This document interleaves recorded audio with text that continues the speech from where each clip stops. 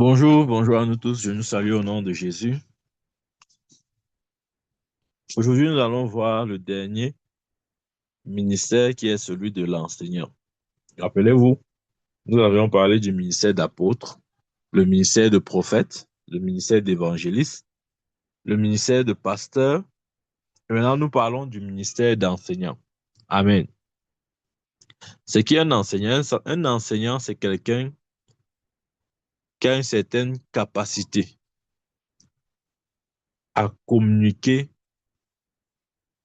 les Écritures. Un enseignant, c'est quelqu'un qui peut rendre simple, qui peut simplifier, qui peut démystifier, qui peut décortiquer ce qui était pour beaucoup impénétrable, c'est-à-dire ce qui était, enfin, ce qui était, ce qui était comme voilé. Voilà.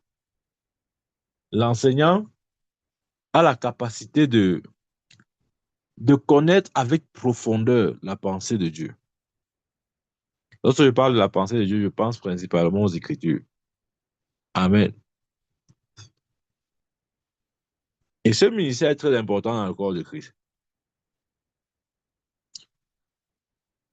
Parce que le ministère d'enseignant ou l'enseignement est très capital dans la consolidation, dans l'enracinement, dans l'établissement du chrétien. C'est l'enseignement qui nous établit. Amen. Lorsque vous lisez la Bible, vous allez voir que elle dit Jésus a passé le temps à enseigner ses disciples pendant 3 ans et demi. Ce que Jésus faisait avec ses disciples pendant 3 ans et demi, il ne faisait pas les prédications, il faisait les enseignements. Et nous avons vu le fruit de ces enseignements. Parce que l'enseignement établit, l'enseignement euh, donne la racine aux chrétiens. Amen. Donc même Jésus a passé du temps, 3 ans et demi, avec ses disciples. Il ne faisait pas deux choses, une seule chose. Il l'enseignait. Amen. Et ce principe est vrai depuis l'Église primitive, encore plus aujourd'hui. D'autant plus que nous nous rapprochons du jour du Seigneur ou de l'enlèvement à l'Église. Et la Bible dit que ces ministères sont pour le perfectionnement des saints en vue de l'œuvre du ministère et de l'édification du corps de Christ. Donc, il est important que l'Église parvienne à la stature parfaite de Christ. Comment? C'est en étant établi ou c'est en s'établissant sur les vérités éternelles de la parole de Dieu, par le moyen de l'enseignement, bien sûr. Amen. Je vais vous dire la vérité. Si vous êtes dans un ministère, même si on ressuscite tous les morts, même si on fait des miracles qu'on n'a jamais vus depuis la fondation du monde, s'il n'y a pas un ministère d'enseignement solide,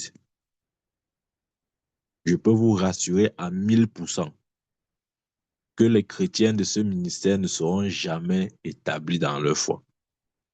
Parce qu'aucun miracle, aucune, comment on dit ça, aucune guérison n'établit quiconque dans la foi. C'est pas possible.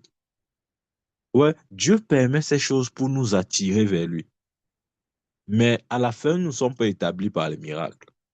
Si les miracles établissaient, c'est que la quantité de miracles que Jésus avait accomplis, ça devait être suffisant pour que toute cette foule croie en lui. Même les Juifs, même les sacrificateurs. Vous voyez, personne d'eux, personne d'eux n'a cru. Parce que justement, ce n'est pas par les miracles qu'on établit la foi. C'est par l'enseignement. Amen. Et je crois que Dieu m'a permis de comprendre ça. Parce qu'avant, je croyais que vraiment, servir Dieu, c'est c'est seulement donner les prophéties, c'est prier, guérir les malades, c'est chasser les démons. J'avais cette idée-là, comme beaucoup de jeunes zélés. Amen. Mais avec le recul, j'ai compris que tu peux faire tout ça. Mais si tu n'as pas la dimension enseignement, tu ne seras jamais établi. Ouais, maintenant, quand il dit comme ça, il y a un dit que ça veut dire quoi? Attendez, je vais vous dire. Regardez, Dieu ne nous amène pas à la perfection par le moyen des dons spirituels, quel que soit le don. C'est par le moyen de l'enseignement. Si ce n'était pas le cas, c'est que Samson devait accomplir sa mission. Si la vie se résumait aux dons spirituels, c'est que Samson devait accomplir sa mission. Parce qu'il avait reçu un don redoutable, le don de la force. Il était l'homme le plus fort de tous les temps. Parmi ceux qui sont nés dans la race humaine, il n'y a personne qui a été fort comme Samson. Mais regardez comment il finit. Justement, il finit comme un vulgaire homme parce que il a manqué l'enseignement dans sa vie. Comment je sais qu'il a manqué l'enseignement? Il ne connaissait pas les voies de Dieu. Amen. Et parce qu'il n'avait pas la connaissance des voies de Dieu, il s'est laissé piéger par une femme. Et son séjour sur terre a été écouté. Pourquoi? Parce que il avait peut-être la force, mais il n'était pas établi dans l'enseignement. Amen.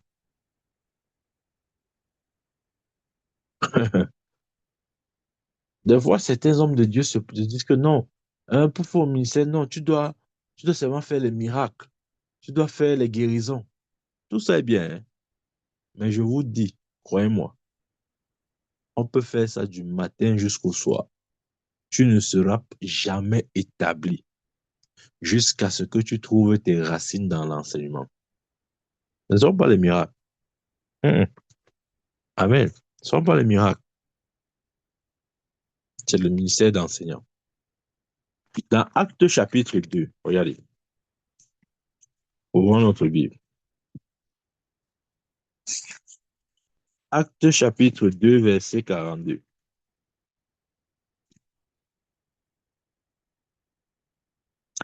Il persévérait dans l'enseignement des apôtres.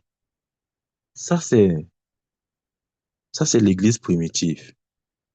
Ici, par l'Esprit de Dieu, nous avons, comment il dit, les activités ou euh, les temps forts qui rythmaient cette église. Et regardez comment c'est structuré. Il persévérait dans l'enseignement des apôtres, dans la communion fraternelle, dans la fraction de pain et dans les prières. On a commencé par quoi? On n'a pas dit comment il persévérait dans les prières, non.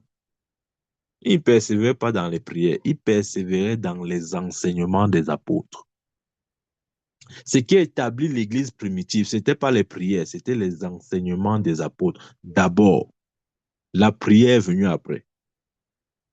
Je dis ceci parce que des fois, tu vois, ouais, les chrétiens qui se disent que non, c'est la prière, on va la veiller, prière. Quand on dit qu'il y a enseignement, ah non, non, ils ne sont plus là. Ils ne sont plus là. Ils attendent seulement les prières. Non, le prophète n'a pas prié. Il doit prier. Quel est ce prophète qui ne prie pas? Il doit. Non. Il persévérait dans l'enseignement des apôtres.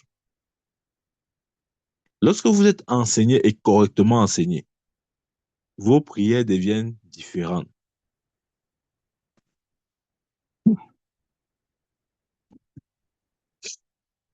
Ce qui, ce qui rend la prière puissante, ce n'est pas juste, ou ce ne sont pas juste les paroles que nous prononçons. C'est la connaissance avec laquelle nous opérons lorsque nous prions. Si c'était juste les mots que nous disons là, croyez-moi, on devait être les plus forts. Vous voyez que le constat est contraire. On a l'impression que les moins forts, ce sont les chrétiens. Justement parce que on n'a pas encore compris l'importance de l'enseignement. Amen. Et dans Proverbe, le juste sera délivré par la connaissance. Mais plus grande délivrance, ça, je vous donne mon témoignage personnel. Ce sont les délivrances qui ont été opérées par la connaissance de la parole. Ça te rend libre une fois pour toutes. Ouais, quand tu chasses un démon, la Bible dit, le démon sort, mais il reviendra voir si la maison est habitée ou pas. Mais quand tu chasses l'ignorance, la lumière s'installe. Amen. Donc c'est important, bien. C'est important de considérer le ministère d'enseignement et de lui donner euh, toute son importance. Parce que l'Église primitive se construisait, se bâtissait, grandissait dans les enseignements des apôtres. Ouais, on dit dans l'enseignement des apôtres. Donc ça veut dire que les apôtres étaient aussi des enseignants. Amen. L'enseignant ou l'enseignement occupait un rôle primordial dans le Nouveau Testament. Les enseignants, les apôtres étaient aussi enseignants. Je profite pour faire cette parenthèse. Des fois, les ministères agissent de manière couple dans la vie des serviteurs de Dieu. Par exemple, ici, là, vous voyez, on parle des apôtres, mais en même temps, on dit qu'ils sont enseignants. Mais pourtant, Dieu leur a confié le ministère apostolique. Mais dans l'exercice de l'art apostolique, ils étaient aussi enseignants. Amen. De la même manière, vous pouvez aussi voir des pasteurs enseignants. Il y a des pasteurs qui ne sont pas simplement pasteurs de ministère, mais qui ont aussi en eux la dimension du docteur ou de l'enseignant. Vous pouvez également voir des prophètes enseignants. Amen. Ils ne sont pas simplement prophètes, mais dans l'exercice de leur ministère prophétique, Dieu a joint une dimension du docteur. Vous pouvez aussi voir des évangélistes enseignants. Ça existe, etc., etc. Amen. Donc oui, on peut, on peut accéder à plus d'une fonction. Nous voyons Paul dans, dans l'église d'Antioche. Avant d'être apôtre, Paul était prophète et enseignant. Acte chapitre 13, verset 1. Il était prophète et enseignant. Amen. Donc, lorsqu'on parle de communauté, lorsqu'on parle d'église, lorsqu'on parle d'assemblée, une assemblée ne peut se construire que par le ministère d'enseignant. Bien-aimé gagnant en temps, tout ce qu'on fait dans une église, quelle que soit l'église, s'il n'y a pas une forte dimension d'enseignant ou d'enseignement, c'est une peine perdue. Même après 10 ans, les fidèles là n'auront même pas avancé d'un pouce. Amen. Des fois, nous devons savoir les miracles, nous croyons que non, vraiment, le christianisme ou l'église se résume à faire les miracles. Non. Et si vous lisez bien votre Bible, vous allez voir que les apôtres faisaient plus de miracles hors de l'église que dans l'église. Observez bien.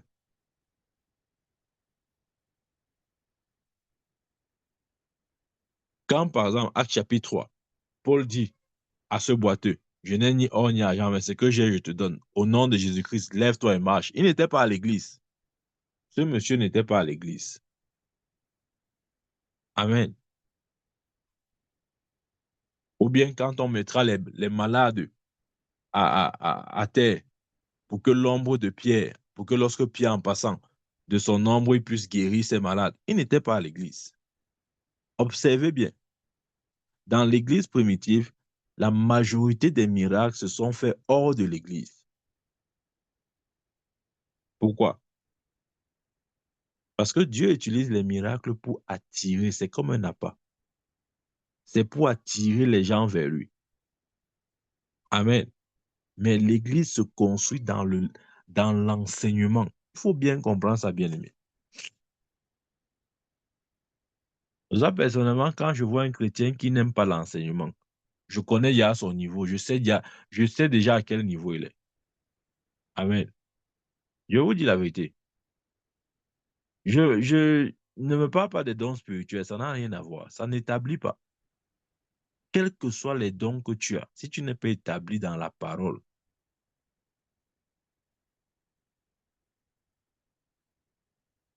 ok, n'allons pas loin. Certains parmi vous là, avant même que vous naissiez de nouveau, vous allez voir, d'autres vont dire que non, moi, mon prophète, moi, quand je rêve de quelque chose, même si c'est comment, ça va arriver comme j'ai rêvé là. Et il y a des gens qui prennent ça comme approbation de Dieu en croyant que non, vraiment, ils dorment avec Dieu. Ils sont aussi les grands prophètes. Non, ça n'a rien à voir. Amen. L'exercice d'un don spirituel ne demande pas de ta maturité. Non, absolument pas. Amen. La maturité d'un chrétien est déterminée par la profondeur, la communion qu'il a avec la parole du Saint-Esprit. Ça n'a rien à voir avec ces artifices-là. Amen.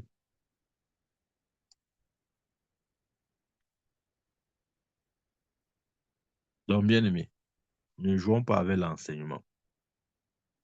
Jésus même, dans son ministère terrestre, si vous suivez ou si vous lisez attentivement sa vie, vous allez voir qu'il enseignait plus qu'il ne faisait toute autre chose.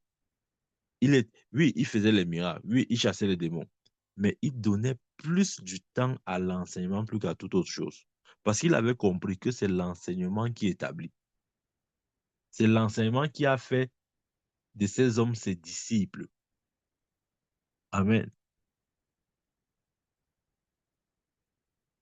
C'est vrai.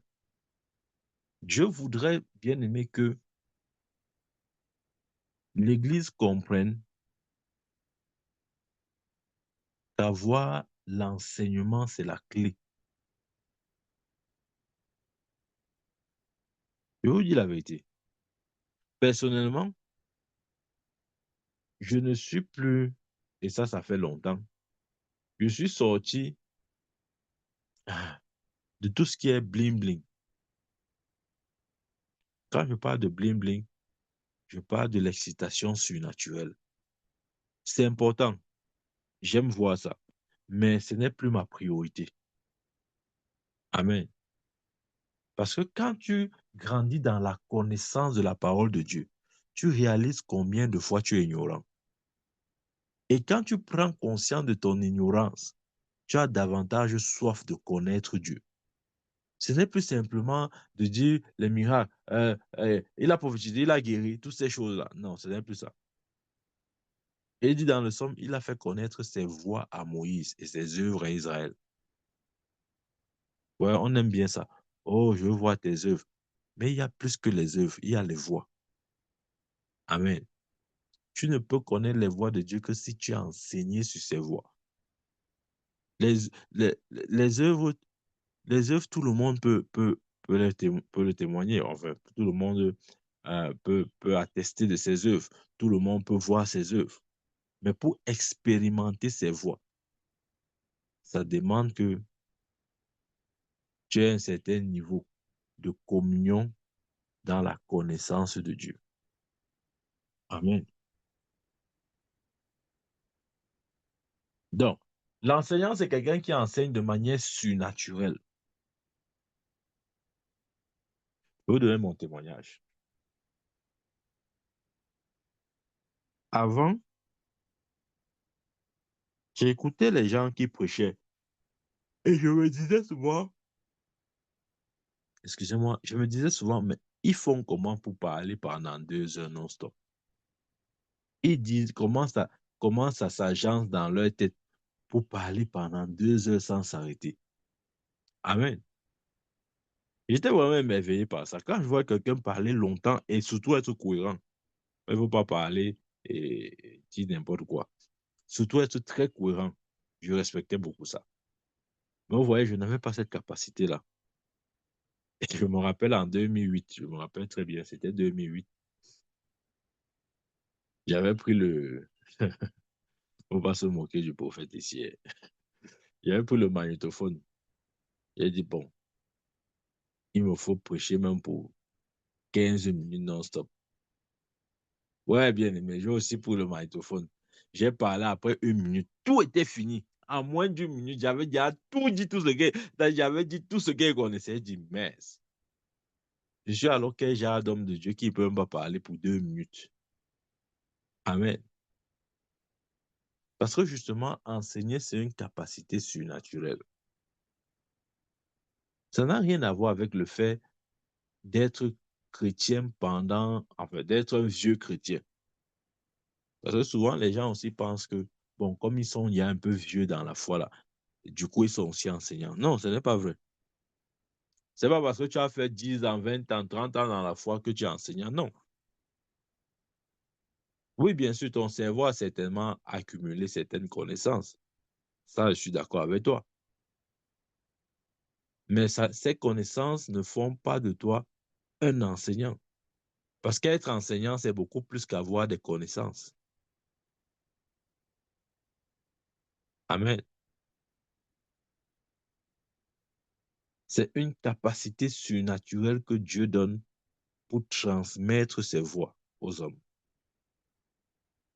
Oui, si nous avons les connaissances, gloire à Dieu, nous pouvons les partager, mais ça ne fait pas de nous un enseignant jusqu'à ce que nous recevions le don pour enseigner. Parce que l'enseignement, c'est un don. Amen. Donc, bien aimé, n'oublions pas, nous grandissons par l'enseignement. Quand tu vois un chrétien qui n'aime pas l'enseignement, on dit l'enseignement, il est tout en train de s'excuser, de monter, descendre. Il attend seulement la prière, il faut le laisser. Il n'ira nulle part. Je vous dis la vérité, il n'ira nulle part.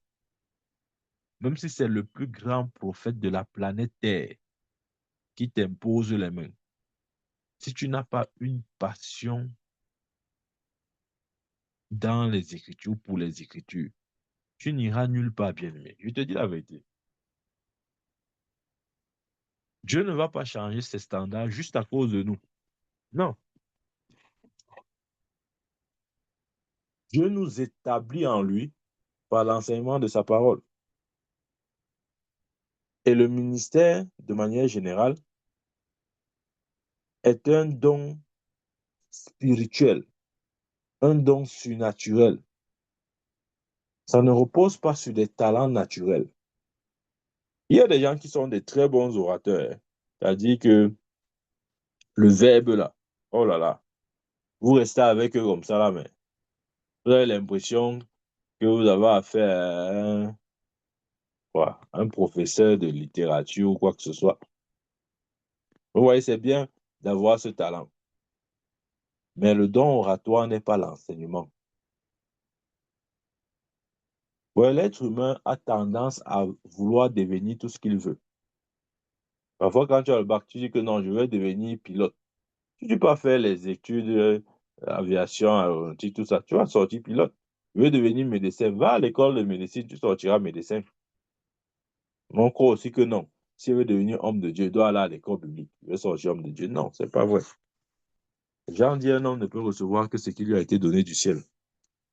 Si le ciel ne t'a pas confié, ne t'a pas mandaté, ne t'a pas donné une mission claire, ça ne sert à rien de s'appeler soi-même. Amen. Une image de ce qu'est le ministère d'enseignant. Dans 1 Corinthiens chapitre 3, versets 6 à 9, là c'est Paul qui parle. Il dit, 1 Corinthiens chapitre 3,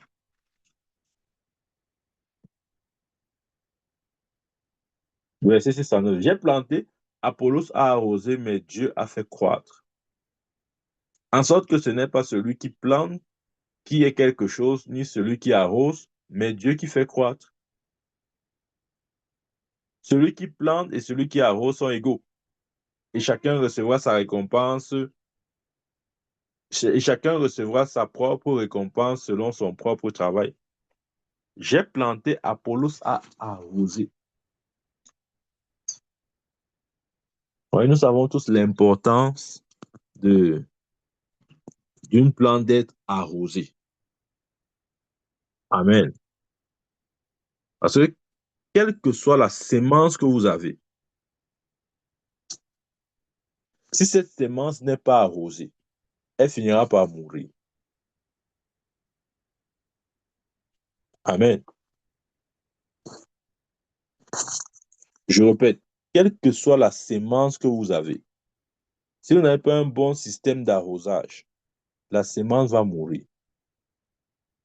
La plante, ce sont les chrétiens.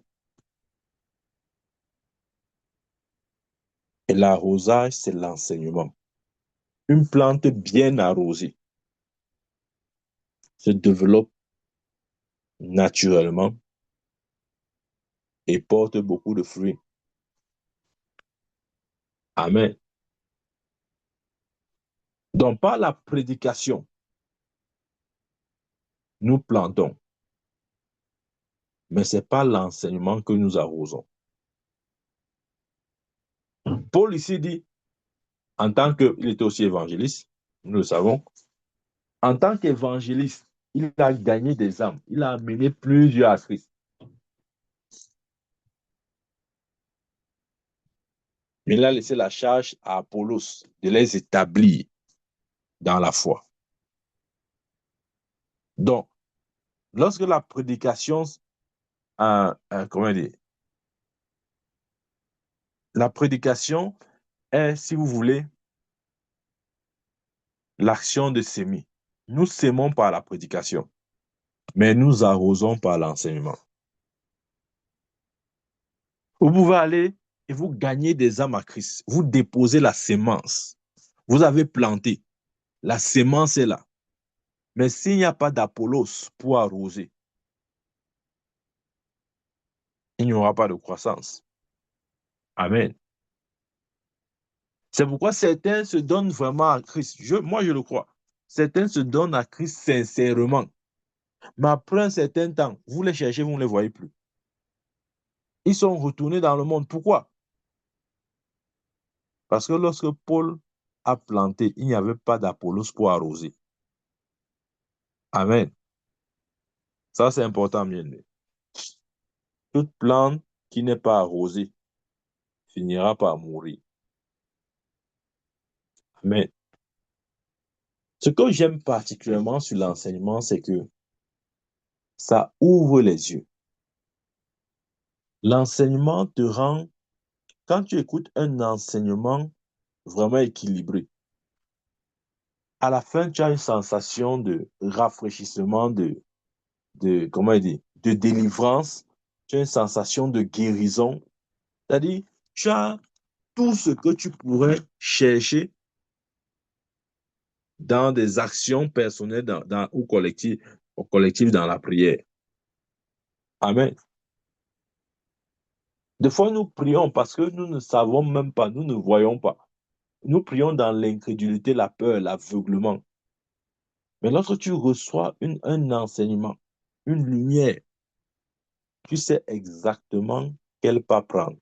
Tu sais exactement quelle est la prochaine étape. Amen. Apollos était enseignant. Disons un peu ça. Acte 18.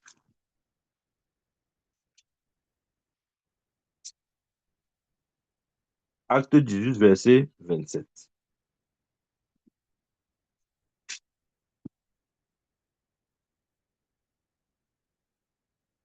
Comme il voulait passer en Aïkaï, les frères l'y encourageaient et écrivirent aux disciples de le recevoir.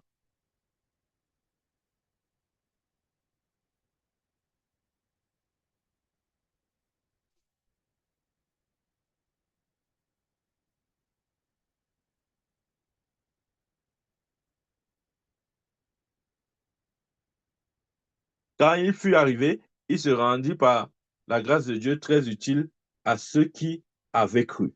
Amen. Oui. Ça, si on parle d'Apollos. La Bible dit, comme il voulait passer en Achaïe, les frères l'y encourageaient et écrivirent aux disciples de le bien recevoir. Quand il fut arrivé, il se rendit par la grâce de Dieu très utile à ceux qui avaient cru. Vous voyez, il y avait des gens qui avaient déjà cru, mais qui avaient besoin d'être établis. C'est pourquoi Apollos, en tant qu'enseignant, est venu les établir. Ça, la Bible dit il se rendait très utile à ceux qui avaient cru. Lorsque quelqu'un croit, ou il naît de nouveau, il est urgent qu'il soit correctement enseigné pour sa croissance. Amen. Et lorsque je parle de l'enseignement, je ne parle pas de tout type d'enseignement, non. Encore moins des enseignements issus de notre raisonnement. Je parle des enseignements qui s'adossent sur les doctrines même de la foi chrétienne.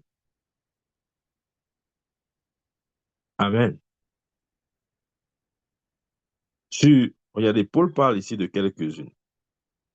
C'est pourquoi, laissant les éléments de la parole de Christ, tendons à ce qui est parfait, sans poser de nouveaux fondements, sans poser de nouveau le fondement du renoncement aux œuvres mortes. Ouais, là, il commence à citer le renoncement aux œuvres mortes, de la foi en Dieu, de la doctrine des baptêmes, de l'imposition des mains, de la résurrection du mort et du jugement dernier.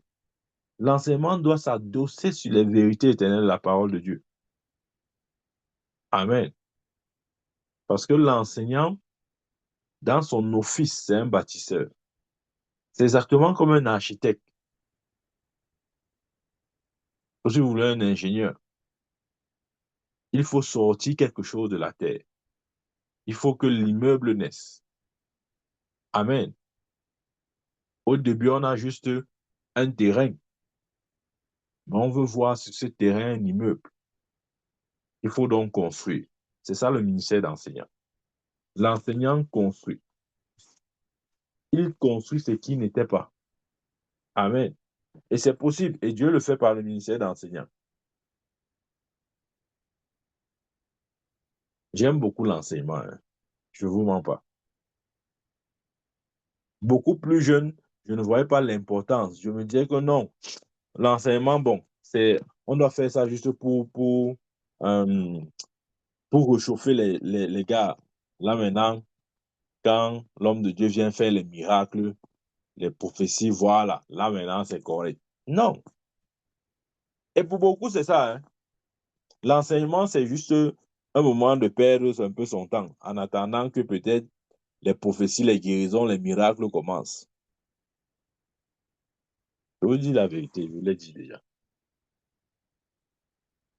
Si vous avez à faire le choix entre une église où on ne fait que des miracles, des guérisons, et une autre où on enseigne, croyez-moi, choisissez où on enseigne.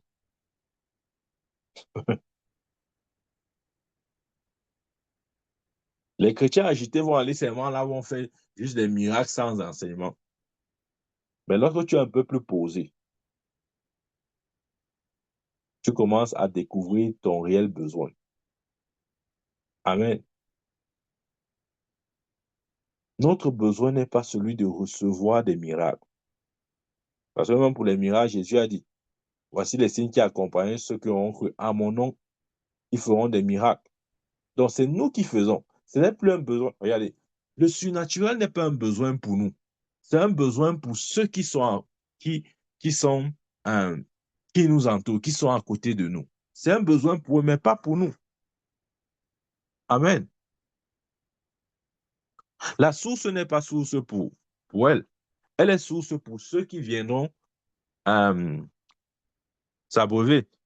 La source n'est pas source. Le manguier n'est pas manguier pour lui, non. Le manguier est manguier pour celui qui viendra sucer de ses mangues. Amen. Ouais, le jour où nous allons nous voir de cette manière, nous allons pouvoir identifier notre réel besoin. Croyez-moi, on a plus besoin d'enseignement que de toute autre chose. Amen. Parce que si tu n'es pas enseigné, quelle que soit l'intensité de ton don, je peux prédire ta fin. Amen. C'est vrai, sans même être prophète, je peux prédire ta fin. Si tu n'es pas bien enseigné,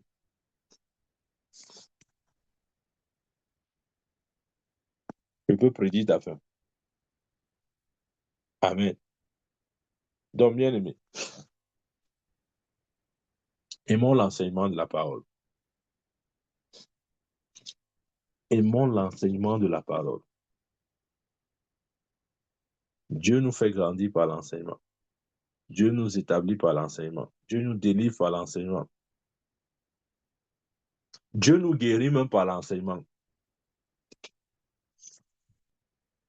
Vous n'avez pas lu la Bible, on dit que pendant que Jésus était en train d'enseigner, les malades guérissaient. C'est-à-dire, il n'était pas en train de prier pour les malades.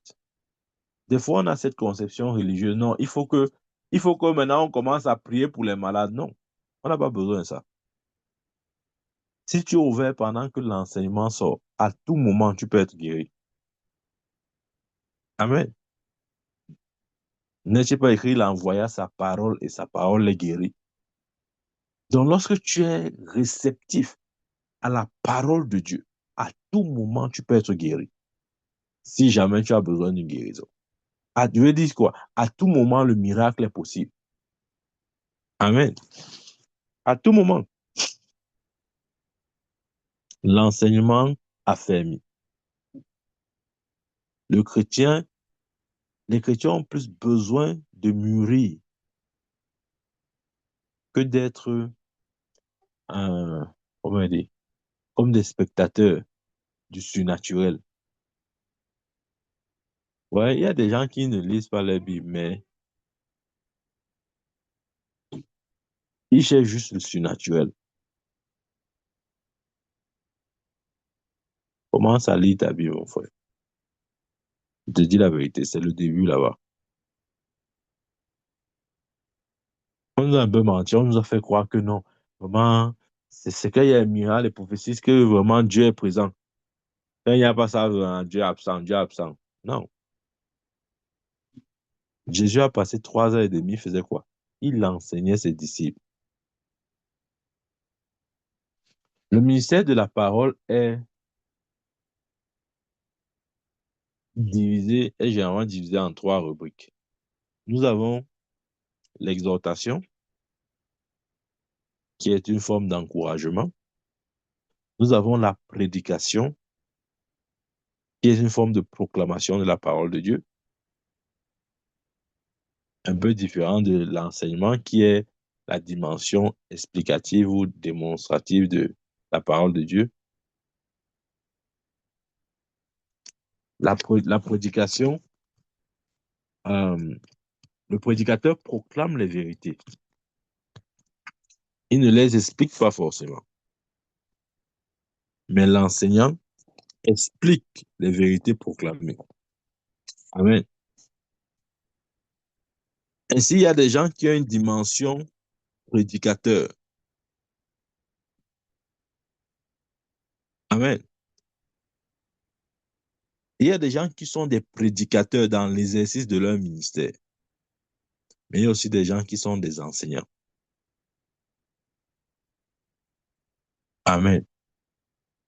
Il y a des gens qui ont la capacité de proclamer la parole. Et je bénis Dieu pour ce don. Je prie Dieu pour qu'il me donne aussi ce don. Parce que ce don est très utile, par exemple, dans l'évangélisation. Tu vois, dans l'évangélisation, ce n'est pas, comment il dit, les âmes qui sont là, ils ne sont même pas encore nés de nouveau. Donc, ça ne sert à rien de commencer à leur expliquer des choses compliquées à comprendre. Ils ont besoin de comprendre l'essentiel qui va leur permettre de croire. Et ça, c'est la prédication. Et ça, c'est un peu la déformation des enseignants. Là où il faut prêcher, ils veulent seulement enseigner.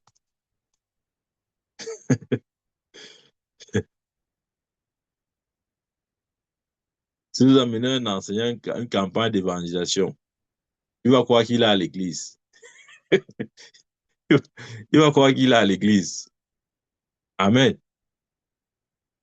Parce qu'il sera toujours dans la démonstration, la dimension démonstrative. Il voudra toujours expliquer les versets. Il voudra toujours. Or, celui qui t'écoute à ce moment-là, ce n'est pas vraiment de ça dont il a besoin. Il a d'abord besoin de croire. Amen. Mais tu as déjà expliqué qui est Jésus, le mystère du Saint-Esprit, le mystère de ceci. Oko, lui, là, il n'a pas besoin de ça. Amen. C'est pour ça que les évangélistes sont. Ouais, j'aime les évangélistes parce qu'ils sont de très bons prédicateurs. Ils ne prêchent pas compliqué, hein. Si vous mettez les sermons de tous les évangélistes, vous verrez que ils ont des messages simples, mais tellement captivants. Si vous écoutez par exemple un évangéliste comme Renard Bonquet, ce qu'il prêche, c'est vraiment simple. Mais il y a quelque chose dans ce qu'il dit. C'est pas compliqué. Tout le monde peut dire ça. Tout le monde qui est chrétien peut dire ça.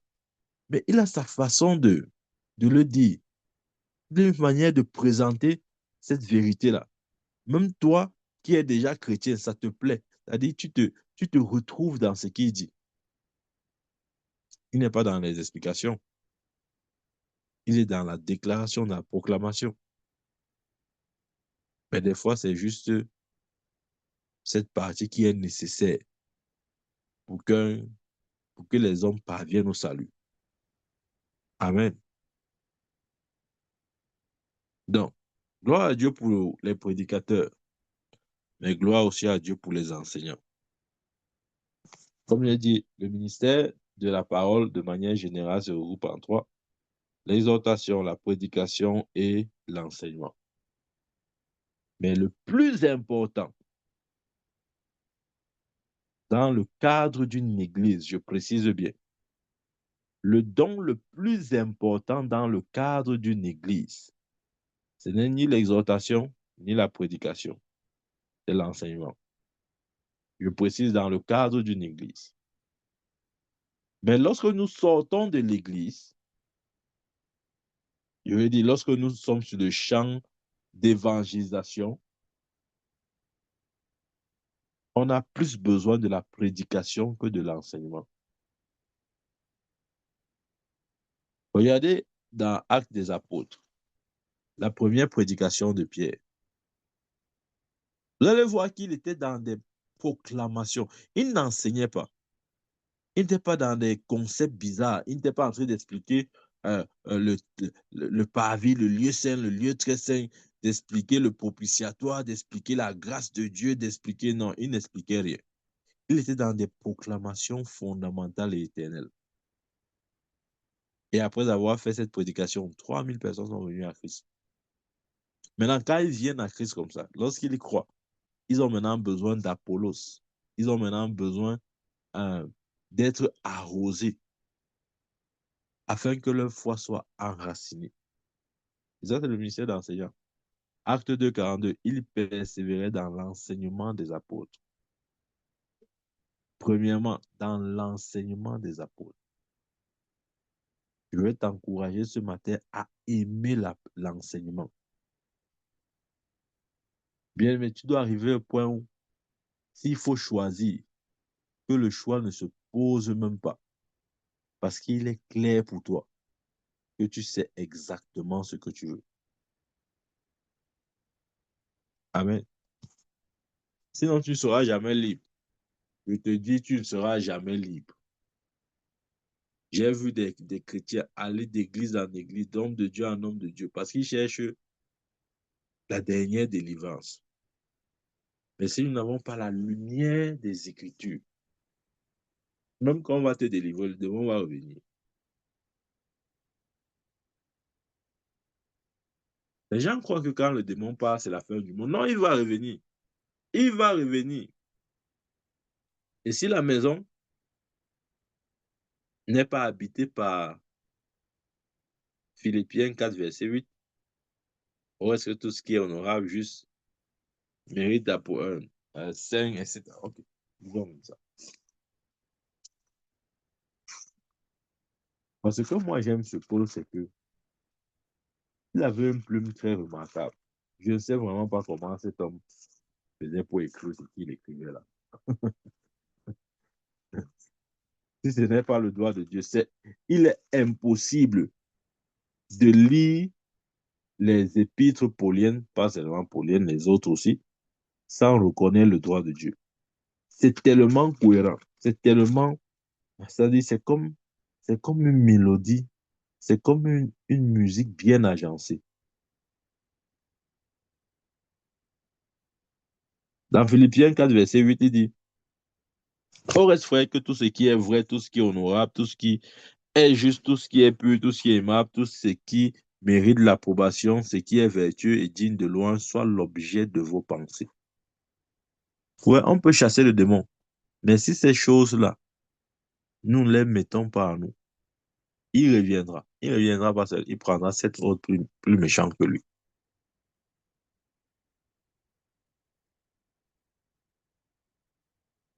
Donc, bien, nous avons besoin d'être affermis. Tu dois aimer l'enseignement. Moi, j'aime l'enseignement. Je vous dis la vérité.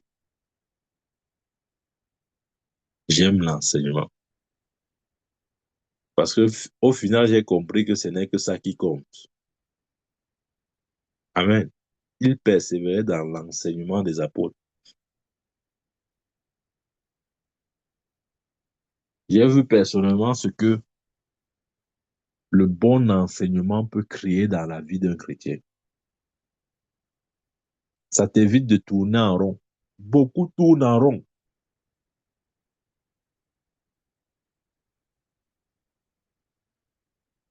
Ils sont chrétiens, hein. Je ne refuse pas, ils sont vraiment nés de nouveau.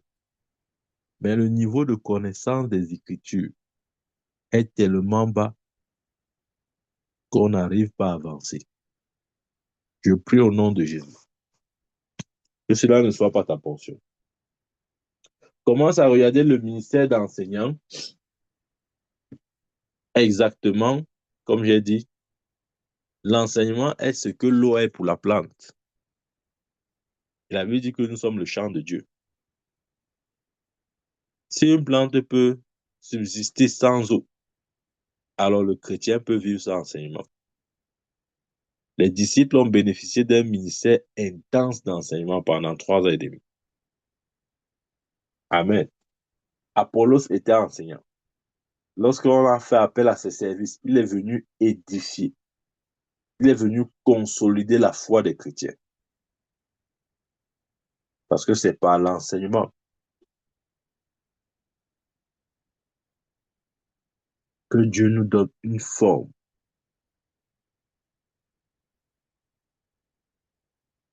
Quand je parle de forme,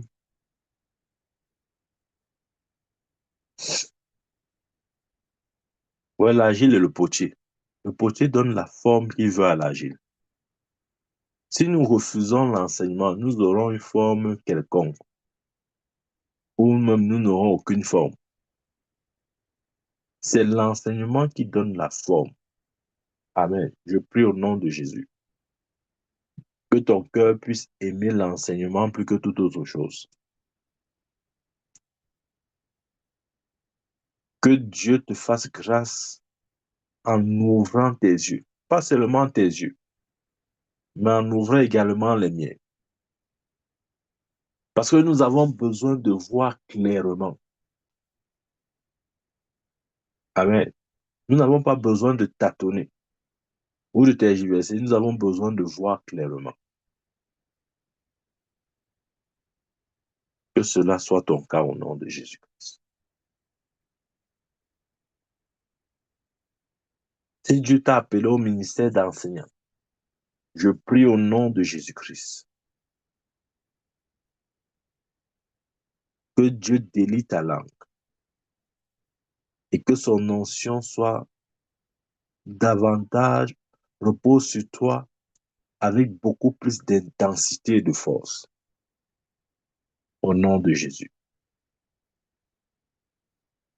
Et même si Dieu ne t'a pas appelé au ministère d'enseignant, je prie afin que Dieu te donne un cœur qui comprend, une oreille attentive, et qu'il te dirige vers de vrais enseignants. Au nom puissant de Jésus-Christ. Amen. Amen, amen.